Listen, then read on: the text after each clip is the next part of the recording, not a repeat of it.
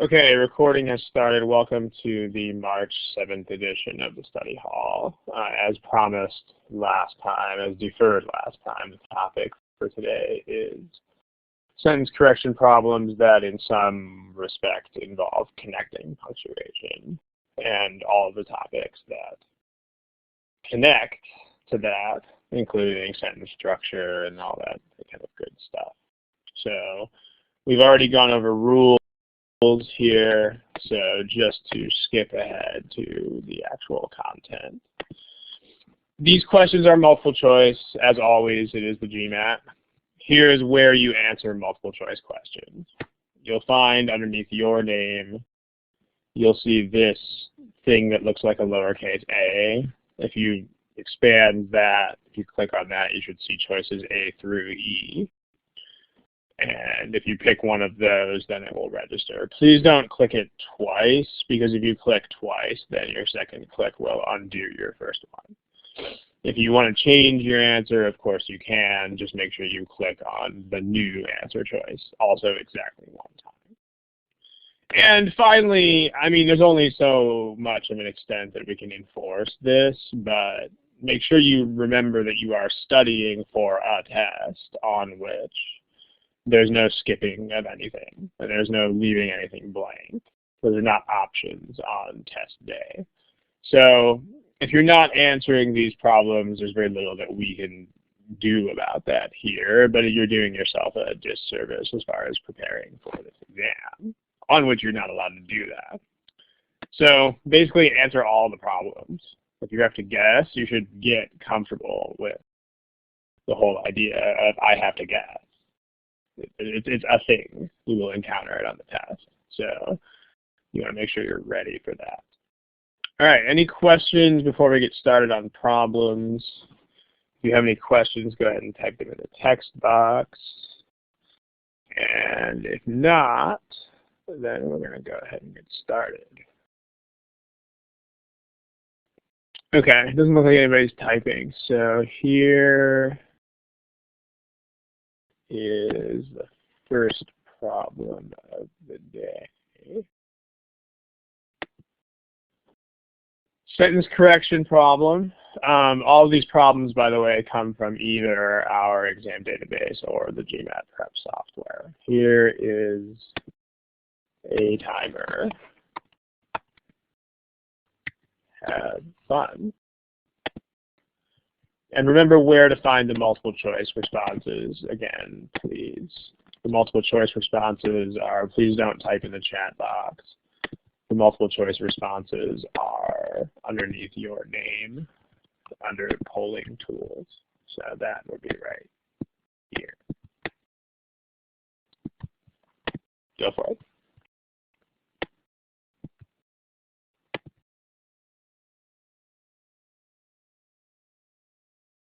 Okay, so it looks like there's still a number of you who don't have answers to this yet. Remember how this test works. You got to pick something. So if you have to guess, go ahead and guess. Okay, we still got four non-responses if you are one of the non-responders. Again, make sure you pick something, even if it's a random guess. And remember where to find those choices. Okay, here are your class results. So it looks like we've got a decent majority. No, I guess not a majority. We've got a decent plurality in favor of E, but there is some support for other answers here. So keeping in mind what the theme of the day here is, let's take a look at the connecting punctuation first and see what it relates to. So by connecting punctuation, we're talking about all those punctuation marks that are not just commas, like things that are semicolons and colons and all that stuff.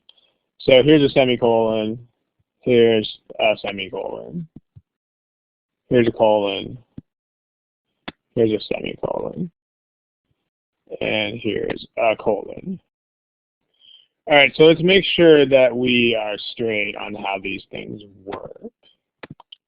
Can anybody tell me in the chat box, how does a semicolon work? What does it do?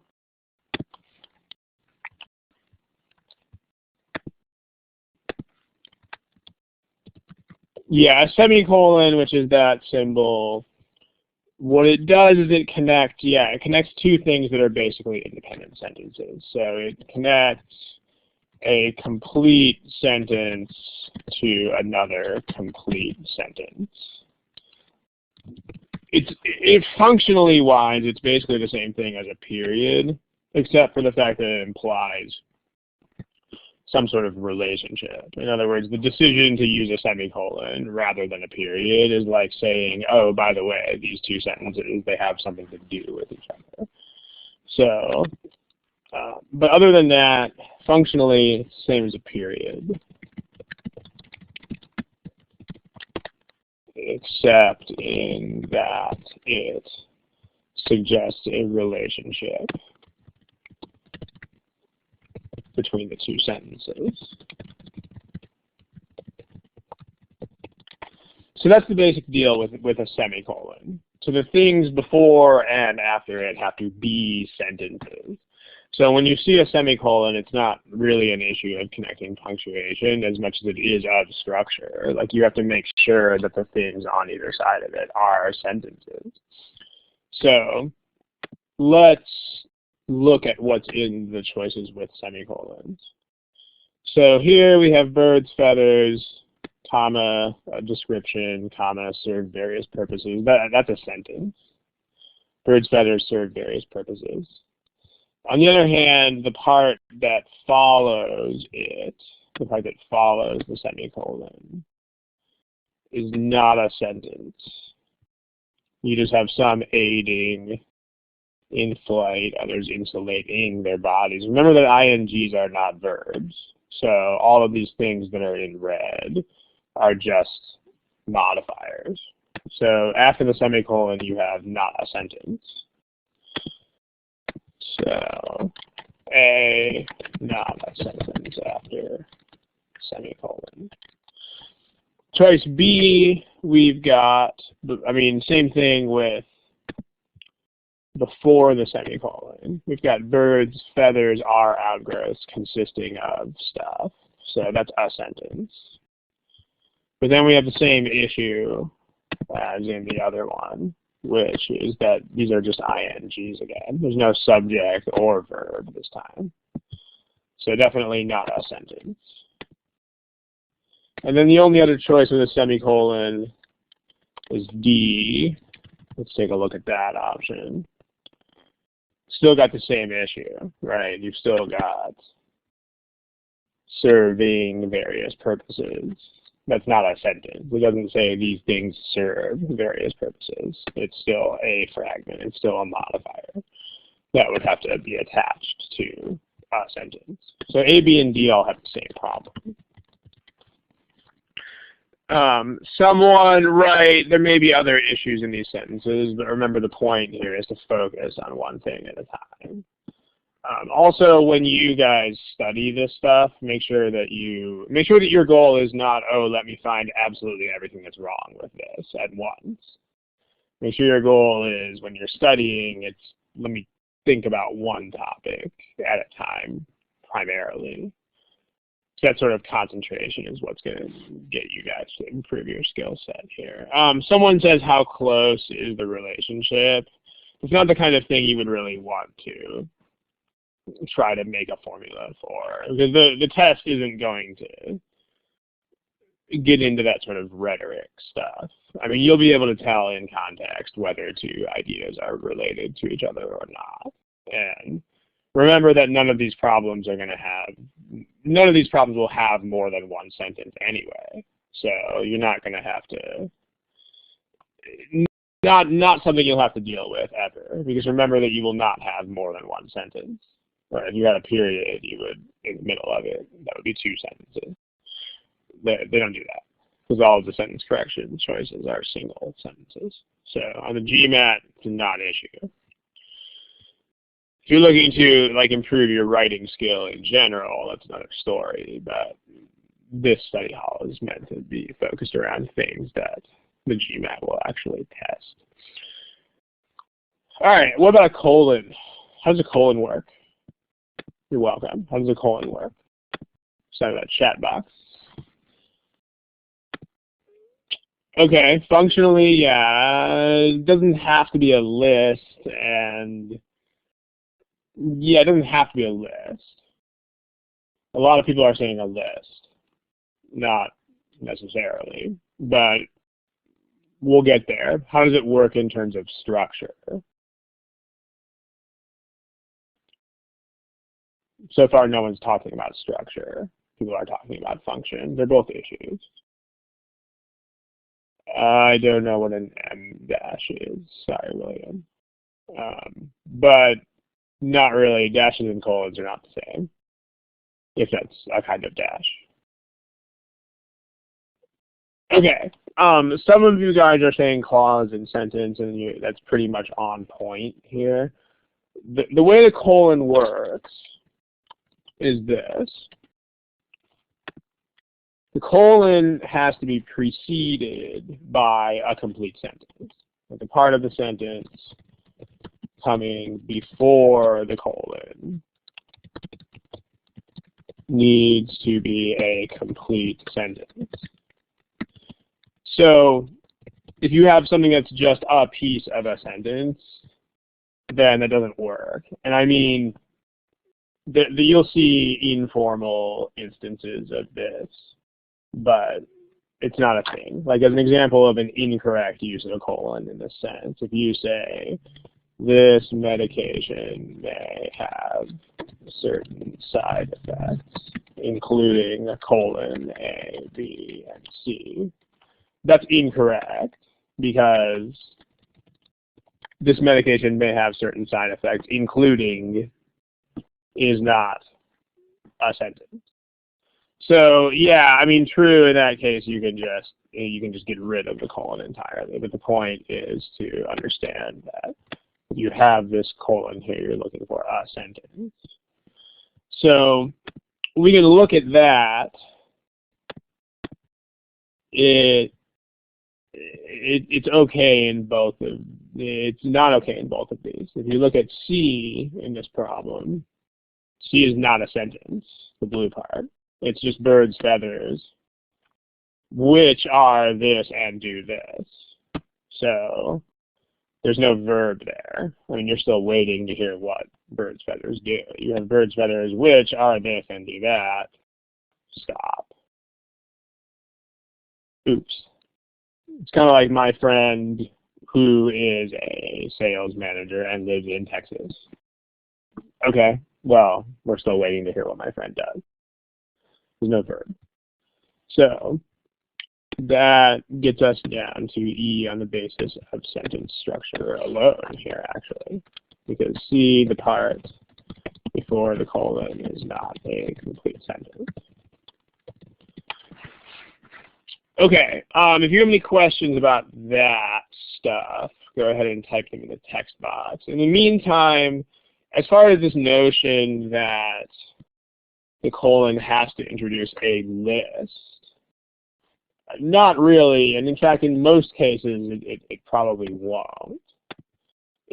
But the point is that it has to introduce some kind of explanation or illustration or clarification. Like the part after, functionally the way it works, in other words, is that the part after the colon should illustrate, explain, or elaborate on the statement made before the colon. So, I mean, it doesn't have to be a list. In fact, in terms of explanations, it's usually not a list. I mean, as an example of that, if you have something like studies have shown that fruit is not as healthful as most people believe, colon, fruit sugar is entirely fructose, comma, a sugar that metabolizes quickly into fat stores if one is not exercising. So this is an example. I mean, you can have a sentence and then a colon and then a more specific thing that you can look at this as an explanation or as an illustration. It's like a way in which fruit is not as healthy as most people would think. Or it's an explanation of this claim. The claim is fruit is not as good for you as you think. Oh, and by the way, here's why. But you can have a list after the colon. I mean, whether you would call this a list is debatable, but I mean, it's a sentence and it's also a list. But you can also follow a colon with a list. That's also a thing, but it is not always like that. Could a semicolon work here? It wouldn't work as well from the standpoint of rhetoric, because what a colon communicates is different. Like, a colon actually communicates this specific type of relationship, where we're saying, like, more specifically, or by way of explanation, or let me give you an example.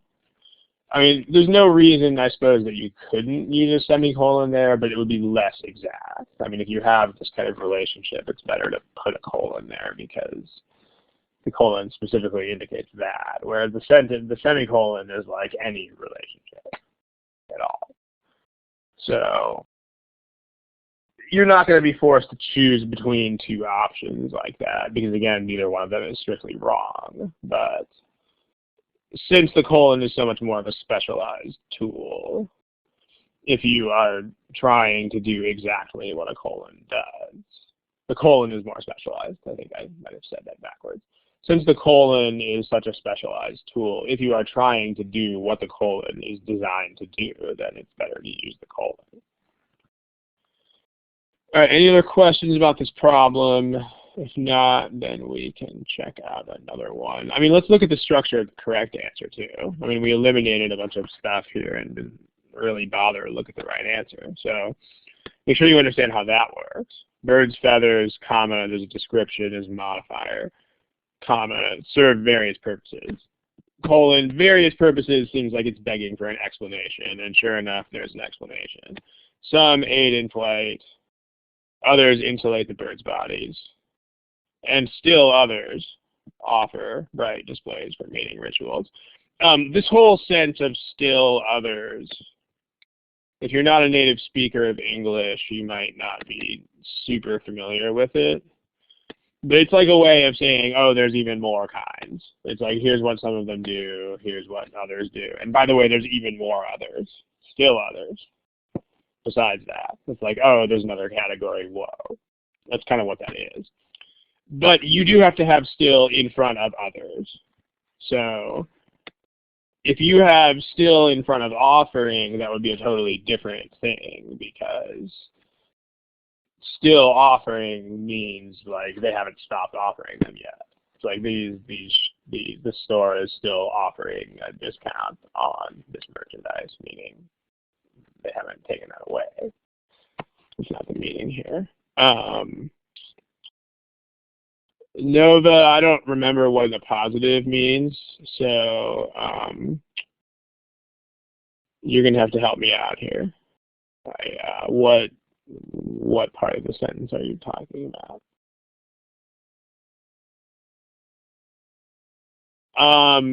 It doesn't say bird apostrophe S anywhere. Are you saying like if you put that in there?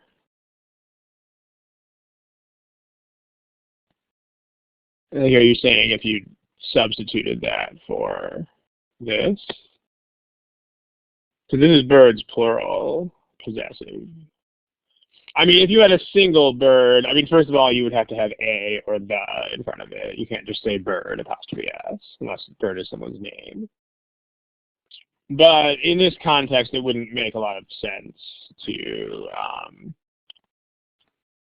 use a single bird, because it's pretty clear from context that like across the range of birds, these are what feathers do, but they're not going to all do this in one bird. So at least maybe not. It's more like thing about birds. Is the which in C correct usage? It's definitely not incorrect because it refers to feathers. And if you look at it side by side with this construction, then it's a little bit awkward. And remember that if you're going to judge things like wordy or awkward, you should always judge those as relative things. You should always, like nothing is awkward by itself on this test, but things can be more awkward or more wordy than another choice. So, which there's nothing wrong with that by itself, but if you look at this modifier next to it, this is done better. This is not as wordy for no reason. So, Jose, I actually explained the still offer part about 3 or 4 minutes ago. So if you didn't catch that, then it'll be on the recording. But yes, still offer is wrong because the short version is still offer would mean they were offering that and they hadn't stopped yet. Like think about what it means. This store still offers 20% off on Saturdays. It's like that. It means they haven't stopped yet. Okay. All right. The short version of, so someone says, are colons and dashes interchangeable? The short answer is no, but if we see dashes in these later problems, then we'll talk about dashes. It would be a little bit weird to talk about them when they're not here. So let's try another one. There goes your answer choices.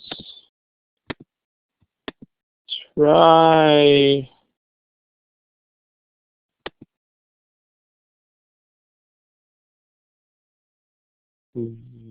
this one. So remember where your multiple choice answers, where your multiple choice answers are found. And here's a timer.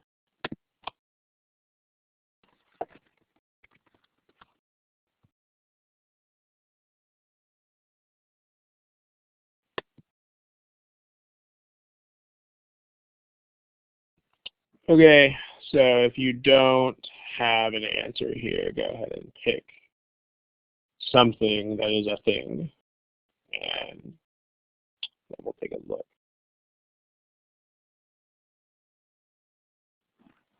Okay, so let's take a look at the structure and punctuation connecting these guys.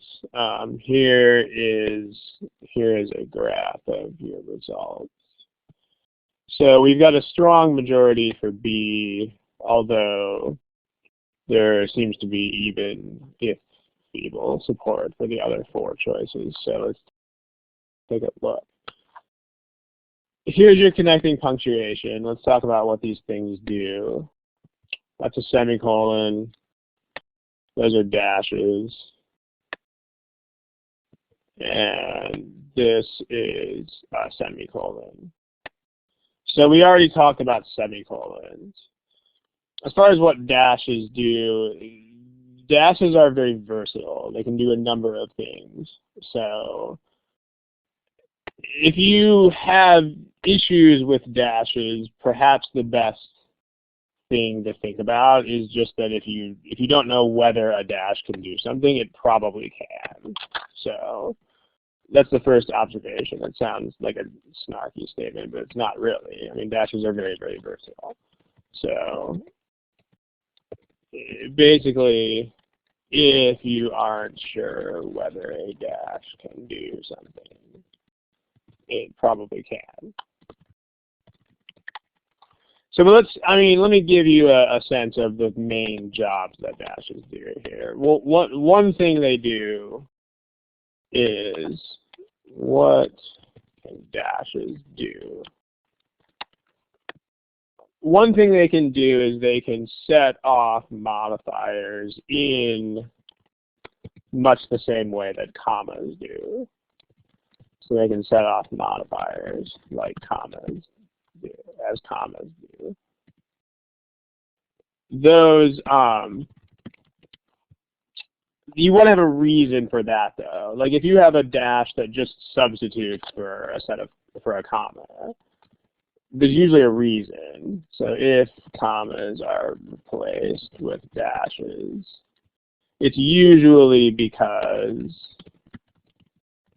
of either emphasis, surprise, or irony in what is described. So here's a couple of examples to make clear what I'm saying here. Like if you,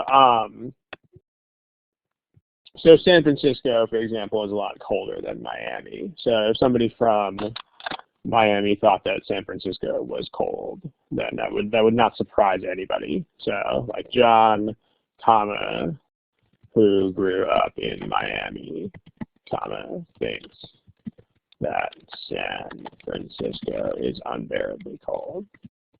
So there's no surprise there, so we just have commas. On the other hand, Minnesota is a lot colder than San Francisco. So if John were from Minnesota and believed the same thing, it would be a little bit weird. So if you took that sentence and you had instead this John guy is from Minnesota, so we'll edit that to say. Then with commas there, it doesn't make a lot of sense because you're not capturing the essence of the surprise here. So what you would do in that instance is you would replace those commas with dashes.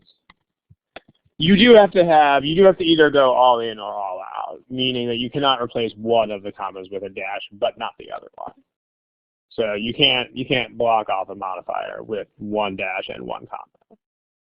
It's exactly like commas, where if it's in the middle of stuff, you need to have one in front and in back. But if it's on one of the ends, then you just have it on the other end. So that's one thing dashes can do.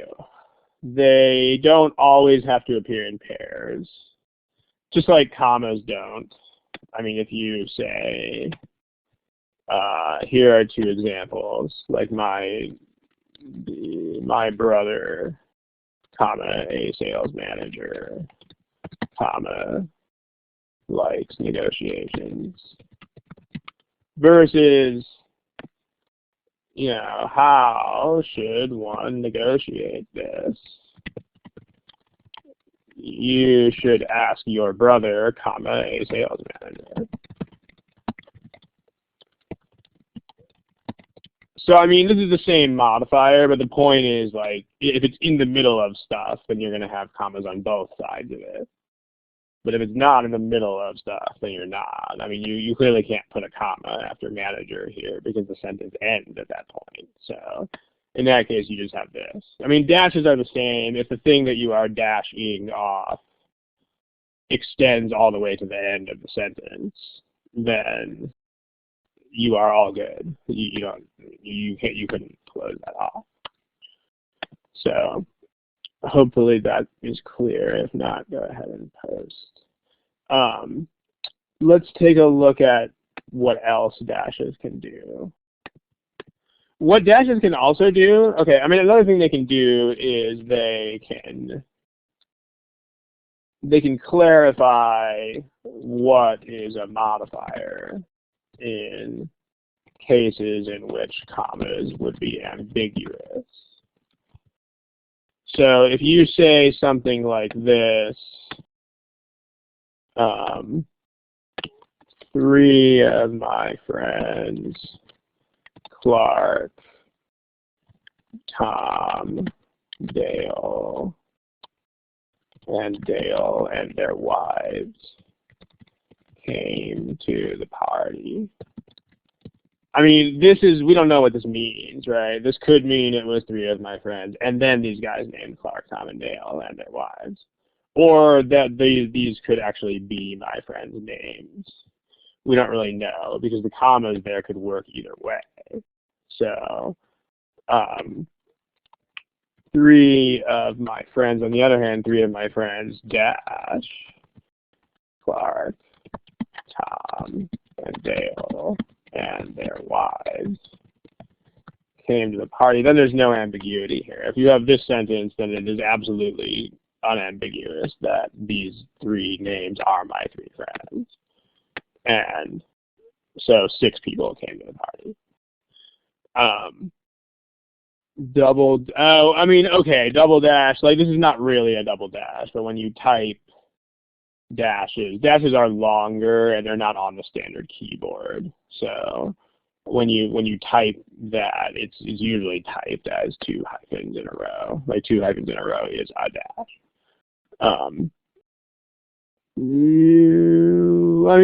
Paulina, you could do that. You would need a reason to emphasize Clark. If there was some sort of element like this, then that if there's this kind of element, then you could. So if Clark doesn't usually go out much, then you could do that. Like, oh, one of my friends, who, by the way, was Clark, whoa, surprise, and his wife came to the party, then that would make sense. So, David, no, but we'll talk about structure in a second here. The last thing that dashes can do is it can actually set off, they can actually set off complete sentences as descriptions of stuff. So they can set off complete sentences as descriptions. Commas can't do that. So as an example of this, Los Angeles is a city where fashion does not follow function. You'll see people walking down the street in midsummer in anything from short shorts to shearling fur. If you don't know what shearling is, it's something you would not normally wear unless it was cold. Unlike its counterparts with more severe climates, like New York, such as New York City. So, in this case, you will see people walking down the street in midsummer in anything from this to this. That's a sentence. So you definitely could not put commas around that, because then you would have the run-on of the year. But with dashes, you can do that. You can actually set off entire sentences as explanations of things. So, and this is I can't cite OG problems here, but there's one of the new problems in the 13th edition it's about heirloom tomatoes, like a particular kind of tomato, and in the correct answer, you got a whole sentence set off by a dash. I don't remember what it's. I think it's a pair of dashes, but it's equivalent, right? But you have a whole sentence that's set off by this. So okay. On the other hand, the thing that is set off by the dash does have to be a thing. Like it either has to be a modifier or it has to be a sentence. It can't be a fragment of a sentence. So in terms of, who asked that question? David, your sentence isn't going to work because, just briefly, because the part after the dash is not an element. It's not a thing, for lack of a better term. It's not a grammatical element. Like if you're looking at this sentence, the problem is that this is not a sentence. So it's structurally not okay, because that's not a modifier, but it's also not a sentence. It's just like a verb, and then some stuff that follows the verb. It also does. This sentence also wouldn't make a ton of rhetorical sense either, because it doesn't work the right way. You're not like, the part that he thinks San Francisco is cold shouldn't be a modifier because that's the main part of the sentence. So it should be structured like this one, where the main thought, which manifests as the main sentence, is John thinks that San Francisco is really cold. That's the main thought. And then, oh, by the way, so ironically, here's where John grew up. That's a side thought. So if you reverse these two thoughts, you would wind up with a sentence that didn't make a ton of rhetorical sense. So, yeah. Okay, so that's what dashes can do. So let's talk about this sentence now.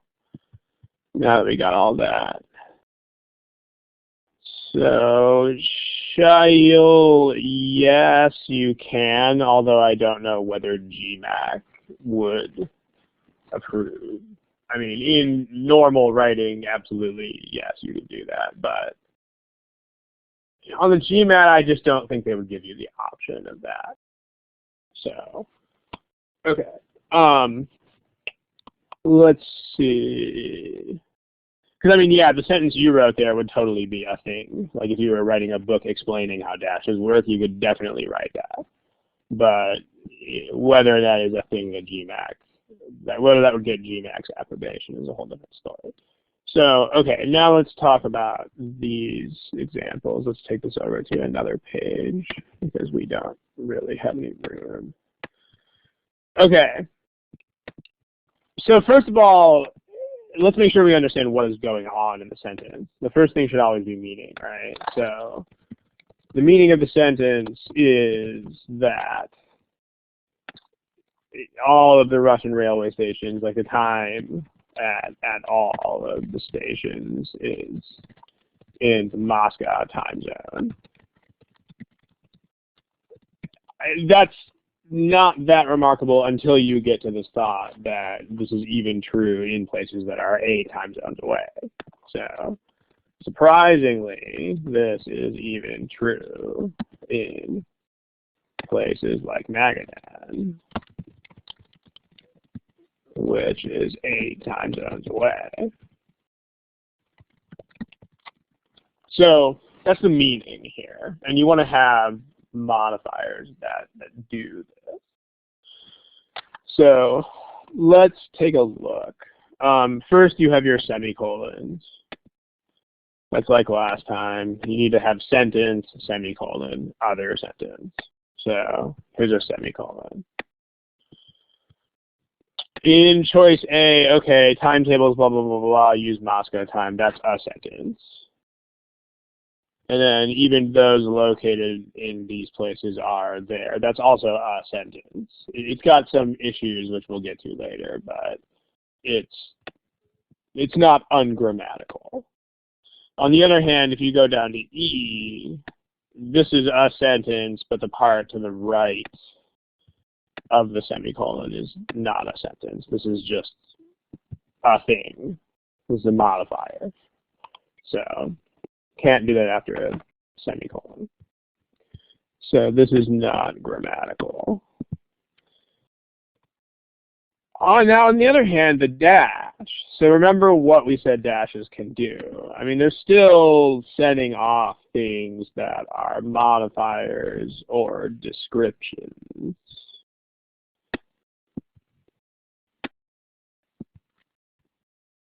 At least in the usage that if Shail's usage in the chat box is a thing, then that's a different type of usage. But in everything we've seen in these GMAC sources, it's used for descriptions or explanations or illustrations or blah, blah, blah. So we need to make sure that we are describing the stuff we want to describe. Like what is this?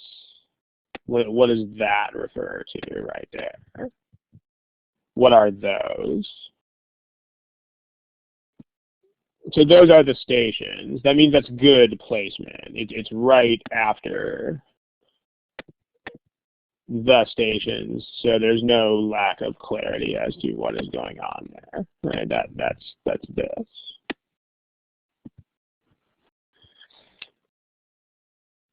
On the other hand, if you look at the version that's in choice D, it's not done as well as that is, because that makes it look like timetables are locations. It's unnecessarily far away from railway stations.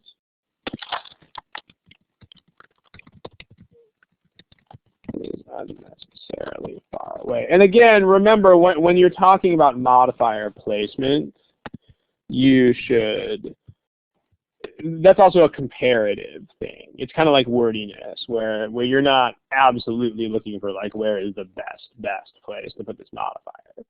I mean, if there is a clear best place, then great. But for the most part, you're just looking at the choices that are there and asking yourself which one of these choices puts the modifier in a place that actually makes sense. So if you are looking at B and D here, then it's clear that B is doing a better job of placement than D is. So we can get rid of D. Now, as far as A and C goes, what's the problem with A? Can anybody tell me in the chat box? Remember, it's not a grammatical problem, because the grammar of choice A is totally impeccable. So what's meaning, right? If that's all that's left. But what in particular, what? And what sort of, it is the meaning error. What is the meaning error?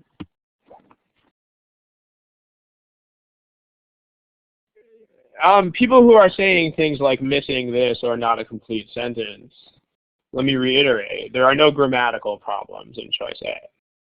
So that's not a joke. Like, it is a complete sentence. There are no missing elements. That's not the problem. So the problem is in terms of what it means. There's two issues in terms of meaning here. The first in choice A, I mean, yeah, the first one is that timetables can't use a time zone, because people can, but timetables can't. People can use a time zone for timetables. A time zone can be used for timetables, but not. Timetables themselves don't get up and use a time zone. So, two meaning issues with A. The first is that timetables use Moscow time. It doesn't make sense. Versus if you look at B, this does make sense. I mean, it's passive voice, which it really should be, because the people using it are clearly not the point here. So it's better to not mention those people, and that's the passive is how you do that. So this time is used for all these timetables. The other issue is that this is not related back to this idea. You've got a semicolon where it sounds like it's two separate thoughts. So it sounds like thought number one is that the time zone is Moscow time everywhere. But that thought number two is, oh, by the way, also, some places are very far away. It's not a clear reference. Like you're not saying what you're supposed to be saying, which is, even though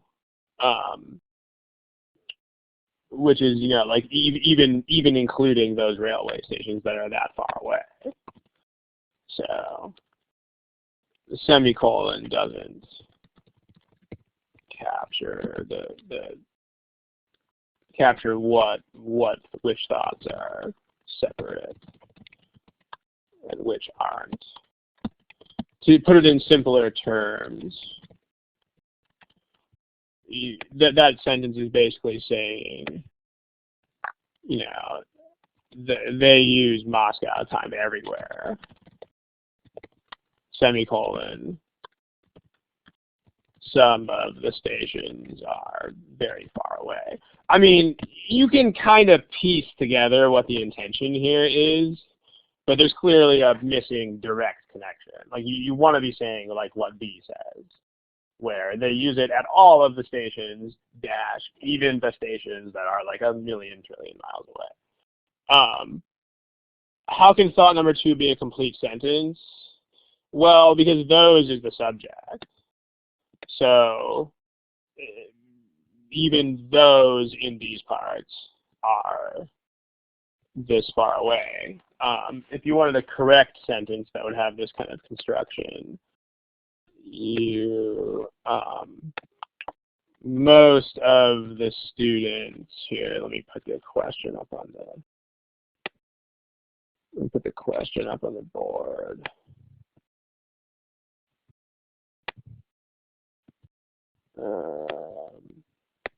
Okay, there's the question. I mean, the best answer I've got to that is it just can. But here's another example. Like if you say most of the cadets failed the physical fitness test, semicolon, even those who passed it were not in terribly great shape.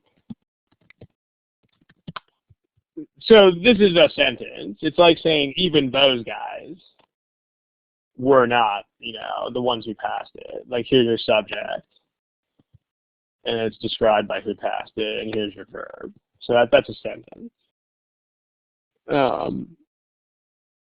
Someone is asking what type of modifier. I guess I don't really understand what you're asking. If you're asking for terminology, I have absolutely no idea what just about any of these things are called. I'm not really a terminology guy. So the only terms that I know are things like subject and verb and like super basic things like that. But I would also encourage you to not worry about what things are called. You just have to know how to use them. So, all right, other questions? Yeah, any of the sentences that say the timetables use this time zone is a meaning problem. I mean, you've got, because they don't. I mean, if you had to say someone uses the time zone, you would have to say it's like the people who make timetables. So that's problematic. The timetables use it. Well, not really. And the timetables don't use. So, all right. Okay. GMAT secrets, I don't understand what you're asking me.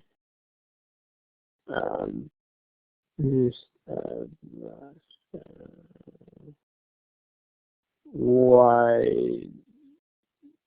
I mean, if you, artists, if you don't understand why this second part is not a sentence, it's not something that, I mean, that's actually a pretty basic idea. So make sure that you go back to the book or some sort of source where you look at what a sentence looks like.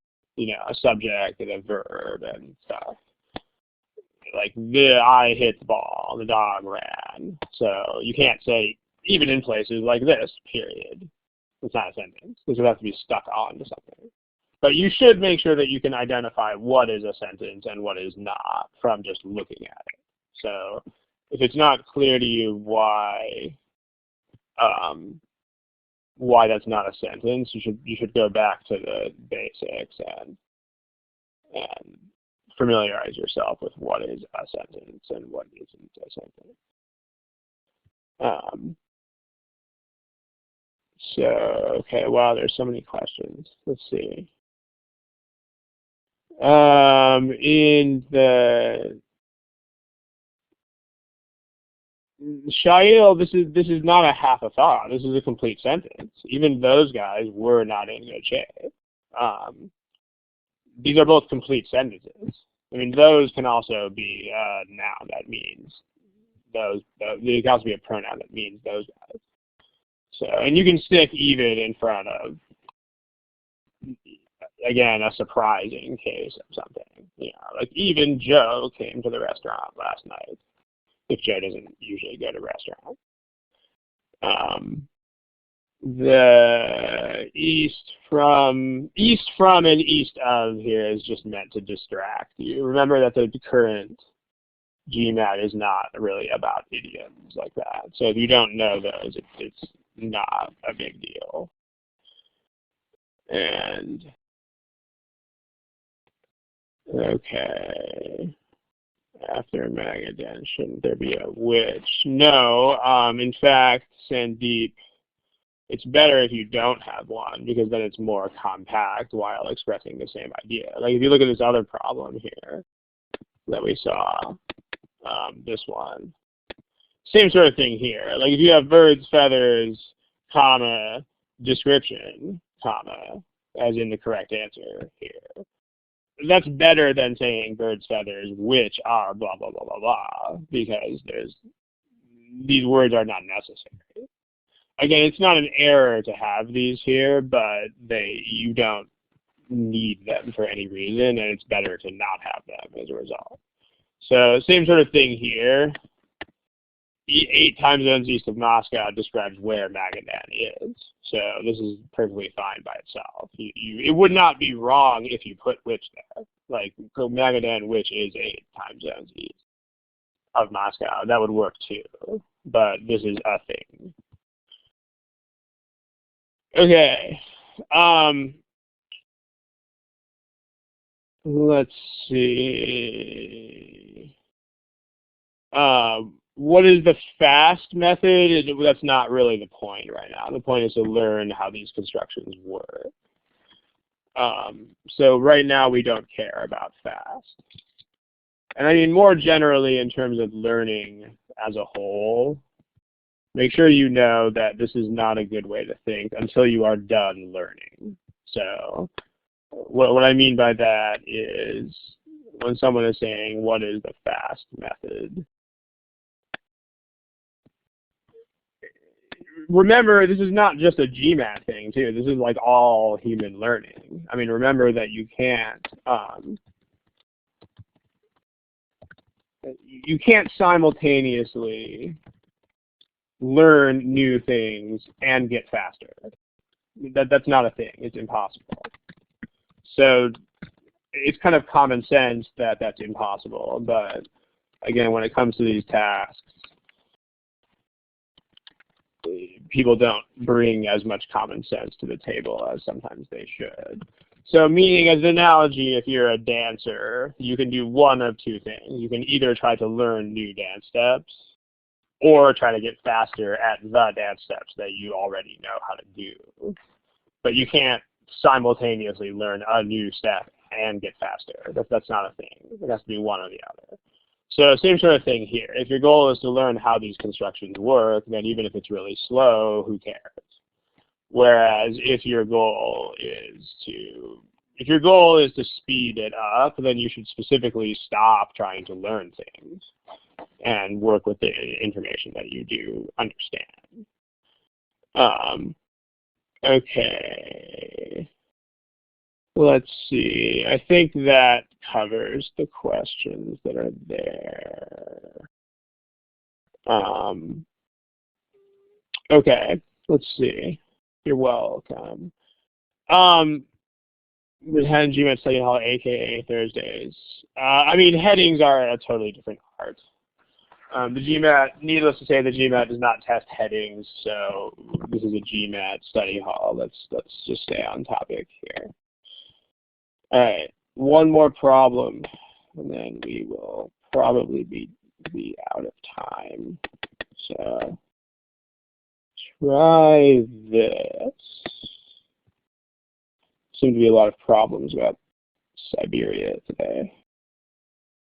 All right, give it a shot. Again, your multiple choice options are there.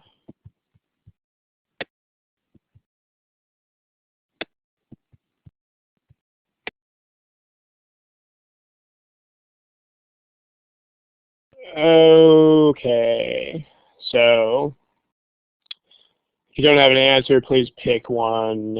Remember that the name of the game is pick something. If you're not responding, then it's questionable whether you're preparing for this test versus some other amorphous task here. But okay, so let's take a look at what happened here. So we've got, here's the class responses. So the correct answer is one of those bigger spikes, but let's take a look. And again, if you are one of the 4 non-responders, where I mean the 5th one is me, so if you're one of the 4 non-responders, you know what's up. You should definitely pick a response. So let's take a look. So connecting punctuation again. Well, here's a semicolon. And they all have semicolons. This one's got one here. So let's see how these do. All right, well, the Valley of Oymyakon is Earth's coldest place. Cold, that's a sentence. So no issues there. And if you put this as a modifier after it, it's still a sentence. And then afterwards, you've got this happens, and many residents lacking plumbing have to use outdoor toilets. Okay, so that's a sentence. Same thing, nevertheless, many residents, and then here's a description of their situation, and then must use outdoor toilets, so we're fine. With this happening, many residents lack plumbing, so must use. That's not a sentence. It doesn't have to do with the semicolon, but remember that so in this kind of usage is basically an adverb, or it connects 2 sentences, one of those 2 things. So like, here's how so works. I don't really know how you would grammatically classify it, but there's 2 ways you can do it. The first way you can use it is to actually connect 2 sentences, like a truck just overturned on the freeway. So we are going to be over an hour late. Notice that this is a sentence and that this is another sentence. So you can use so to do that. That doesn't happen in choice C because must use outdoor toilets is not a sentence. Or you can just use it as an adverb, meaning it doesn't really grammatically do anything at all. Like if you've got, if you have a sentence like, I am stuck behind an overturned truck, and so will be late to work. I mean, in this case, so is playing an important role in terms of meaning, but it's an adverb. It's describing will be late, so you can take it out and you still have a sentence. Like if you say I am stuck behind a truck and will be late to work, that's totally still a sentence. And the so here is just elaborating on the causal relationship. So, but that doesn't happen here either. Like if you say many residents lack plumbing and so must use outdoor toilets, that would be a sentence because of the and. But not without it. In other words, this is a sentence. And so when you throw so in there, it's still a sentence. So C doesn't work either way with that. You really shouldn't worry about sounds awkward. I mean, you're either going to have, if you have, I mean, that's one of those things where if you have to ask, then don't think about it. I mean, if awkwardness is not an instinct, then, you know, it's kind of like asking whether something is like obvious. Like if you have to ask whether it's obvious, it means it's not obvious. It's like that. Yeah, if you have to ask whether it's awkward, then don't even go there. Is the best way to deal with that. GMAT secrets, the short answer is no. The long answer is that you don't. This whole idea that you have to have a comma between two sentences is not really true. But that's we can go into that at the end if there's a couple of minutes. All right. So now, what about these last two, structure-wise? Someone tell me, what does nevertheless do? What is that? Okay, that's what it does functionally, but how does it work in terms of structure? Like, can you use it the way that it's being used in D and E?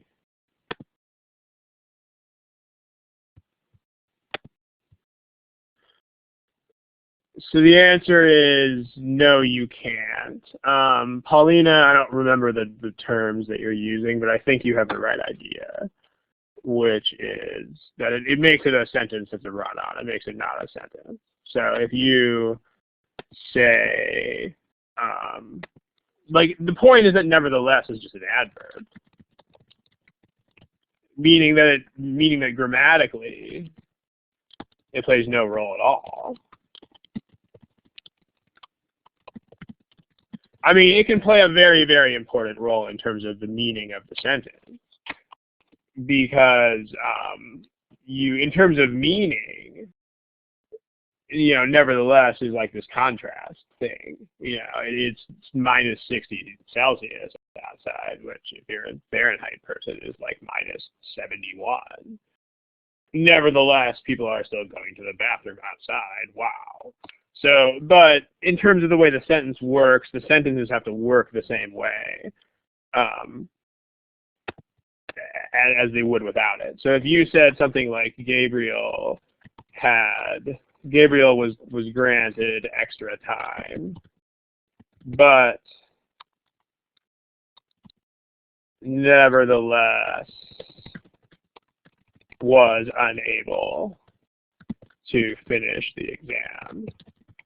So this sentence, I mean, nevertheless, if you don't have it in there, it's still a grammatical sentence. Like if you remove that, you get Gabriel was granted extra time, but was unable to finish the exam, still a sentence. It's kind of like so in this example. It's exactly the same as that. So let's connect those together.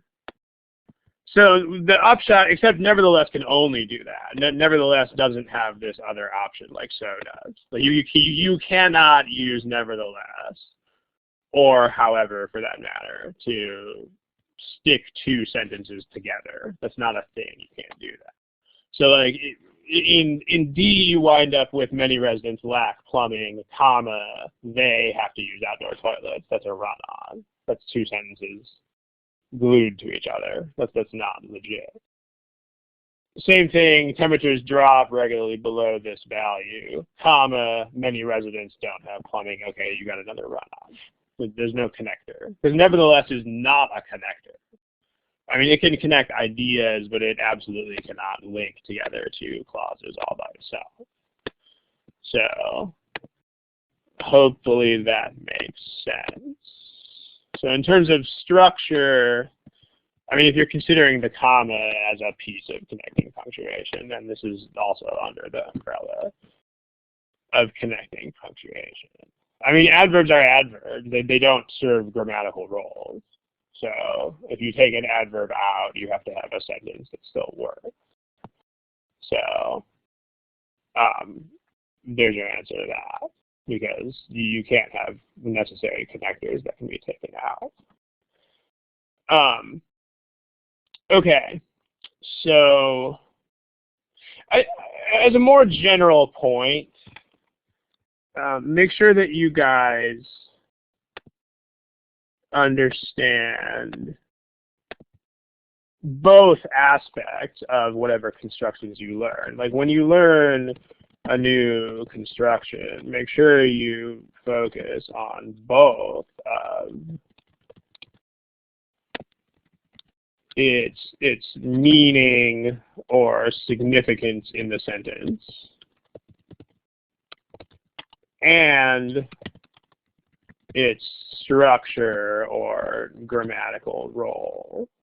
Because these are both things. And I mean, what's interesting, like what I'm noticing is that most of you guys seem to just be paying attention to exactly one of these two things each time. And it's even more interesting is that it's not always the same one. Like if I ask the class, hey class, how do you use a semicolon? Basically everybody will tell me, oh, complete sentence before and after. And nobody will go to the whole there should be a relationship thing. But then when I say how does nevertheless work, even when I say in terms of structure, the whole class is suddenly only talking about this. The whole class is just talking about it, indicates some contrast. And there's a total neglect of what it does and does not do grammatically. So like make sure that you are paying attention to both. Like whenever you encounter a new thing that you don't know how to use, there's two issues. The first issue is what does it do, or what is it meant to do? And the second is how does it do it? How does it work? Make sure you look at both, because that's sorely lacking in a lot of people's approach to this kind of stuff. So, all right, now let's talk about the meaning of the sentence overall. I mean, so we know that there's supposed to be a contrast between Oymyakon is really cold and something. So the question is, which of the following makes the most sense?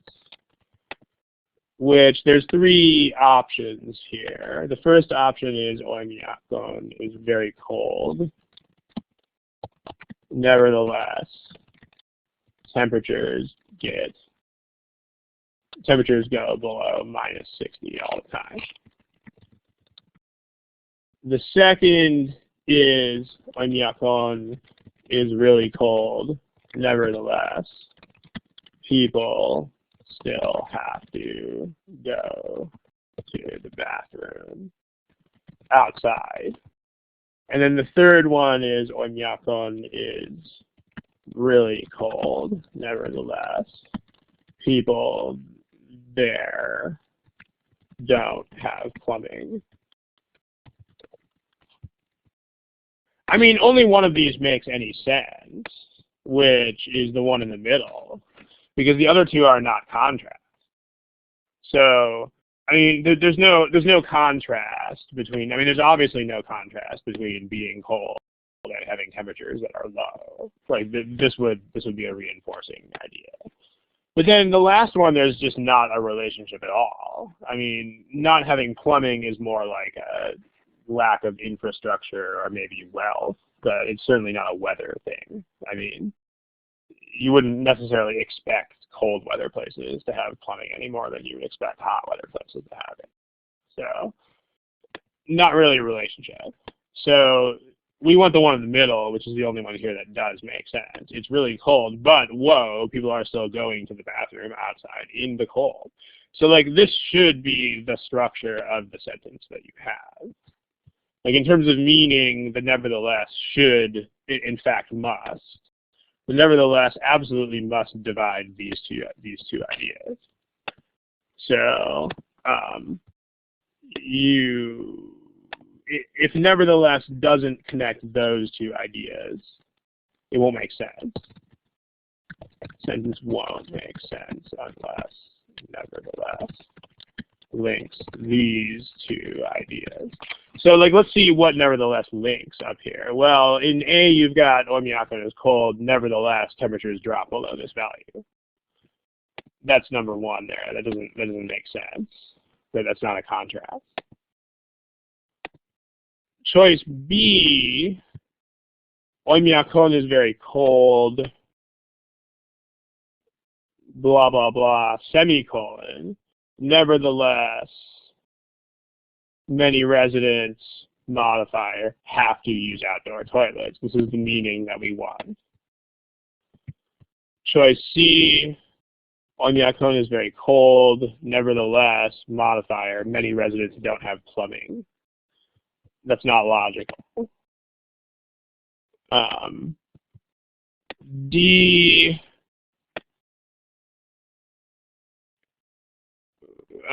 you've got Oymyakon is cold, these two don't make sense linked to each other either. Temperatures get this low and people don't have plumbing, comma, nevertheless. So you do have this idea after nevertheless, but putting these two ideas together, because these are not bullet points, these are not ideas that should be A and B, so that doesn't make sense either.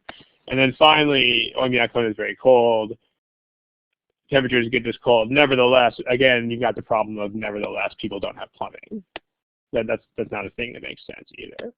So in terms of meaning, it's actually just B that has the structure that we want. And if you think about what the intention of the sentence is, before you start going crazy with it, then it's a little bit easier to do that. Okay, we got to start winding down here a little bit. But let me, let's see. I think I can find a link for one of the questions you guys were asking here.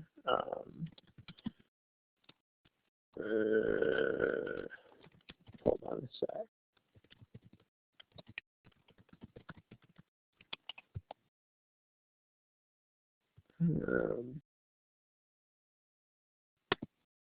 Okay.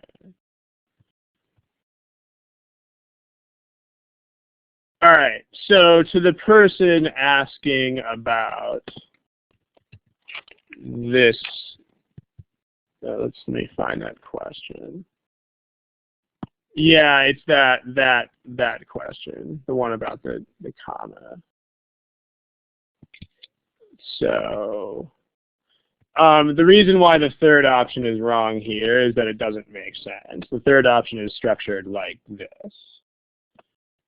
That's not a thing. There's no contrast there between. There's no contrast between really cold weather and lack of plumbing. Like, this is not something that would be unexpected in cold places, whereas that is. It's really cold there. You would not expect people to have to go to the bathroom outside, but they do. Nevertheless, they still do.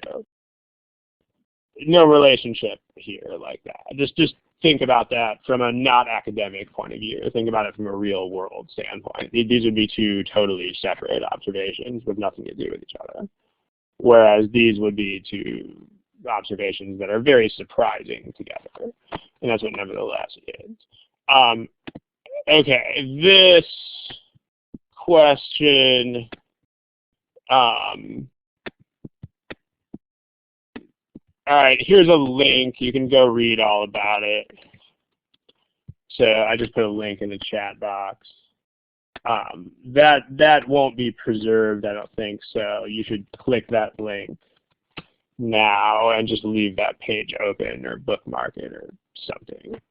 So, but the main point is you don't ever have to even worry about that. But that post explains why. Okay. Meaning that the link won't be available. And I'm not sure whether the link will be available in the recording. It may or may not.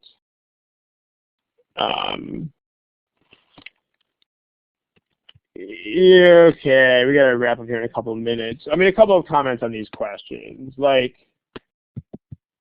the thing with this kind of question is that this is not the kind of question that any native speaker is gonna be able to answer, because that's not what understanding a language is like. You know, I mean, imagine in your own native language if somebody asked you a question like this. Like if someone asked you, I don't know, like, what are all the verbs that do this? Well, that's only a thing you would be aware of if you had learned the language as a foreign speaker. So, I mean, as someone who has spoken English since I was a small child, there's no way I could answer a question like this. I mean, if you asked me about a particular word, I could tell you how to use it. But the only people who would ever have learned lists of words would be people who didn't grow up with English. So, but the point is, it doesn't matter, right? I mean, just do the problems, and if you encounter these words, then worry about how they work. And if you don't, then don't. That's the best way to do it. Let's see, is there anything else? Maria, the GMAT doesn't test the difference between modifiers with commas and modifiers without commas, so not worth going into, but as long as you recognize that, this is a modifier. I mean, there would be a meaning difference, but it's not, the GMAT will not test that, so it's not worth complicating the issue with that idea. I mean, as long as you know that this is a modifier and that it looks like this and that it can look like this, then that's all you need here. So commas around a modifier versus not won't be tested. All right, we got to run. I'm going to kill the recording at this point. Thank you for watching. And I believe the next session is 2 weeks from now. There might be an extra week for Easter week. There might not. I'll have to check the calendar. But the next session will be posted on the same webpage, as always. So I'm going to go ahead and sign off. And thank you, and good night, and good luck.